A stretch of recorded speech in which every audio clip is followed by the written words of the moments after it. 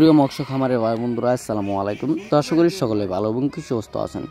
তো আজকে আপনারা ভিডিওর স্ক্রিনে যে মাছের পোনাগুলো লক্ষ্য করতে পারছেন, এগুলো হলো গিয়ে গুলশা মাছের পোনা। আমরা জানি পুকুরের যে নিচের স্থলের মাছগুলো থাকে, ওদের মধ্যে বেশি পরিমাণ লাভ করা যায় গুলশা মাছ চাষ করে।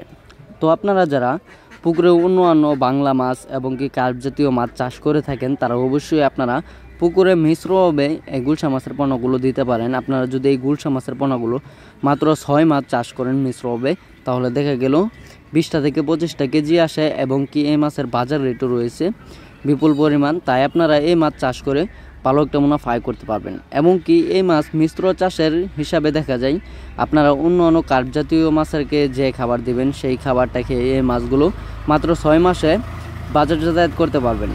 তাই এই মাছ আপনারা যারা সংগ্রহ করতে চান এবং কি পুকুরে চাষ করতে চান, তারা অবশ্যই ভিডিওর স্ক্রিনে দেওয়া নাম্বারে যোগাযোগ করে এই মাছের পণ্যগুলো অর্ডার করতে পারেন। এই মাছগুলো আমরা সারা বাংলাদেশে অক্সিজেন প্যাকেটিংয়ের মাধ্যমে পৌঁছিয়ে দিয়ে থাকি এবং কি আপনারা চাইলে আমাদের নিজস্ব প্রতিষ্ঠান থেকে এসে দেখে শুনে মাছগুলো যাচাই বাছাই করে সংগ্রহ করতে পারেন। এবং কি আমাদের কাছে পেয়ে যাবেন দেশি শিং, দেশি মাগুর, ভিয়েতনামি শোল, ভিয়েতনামি কই, আইর, বোয়াল, চিতল, ব্ল্যাক কাপ, গ্লাস কাপ, রুই, কাতল, মৃগেল সহ দেশি ও বিদেশি কার্প জাতীয় মাছের রেণু অপনা আমাদের কাছ থেকে সংগ্রহ করতে পারবেন। এবং কি আপনারা যদি চান এই গুলশা মাছ এককভাবে চাষ করতে চান, তাহলে অবশ্যই আপনারা এই গুলশা মাছগুলো এককভাবে চাষ করে ভালো একটা মুনাফা আয় করতে পারেন। কারণ এই গুলশা মাছগুলো এককভাবে এবং কি মিশ্রভাবেও চাষ করা যায়। বাণিজ্যিক হিসাবে আপনারা যারা এই গুলশা মাছ এককভাবে চাষ করতে চান, তারা অবশ্যই এককভাবে চাষ করতে পারেন।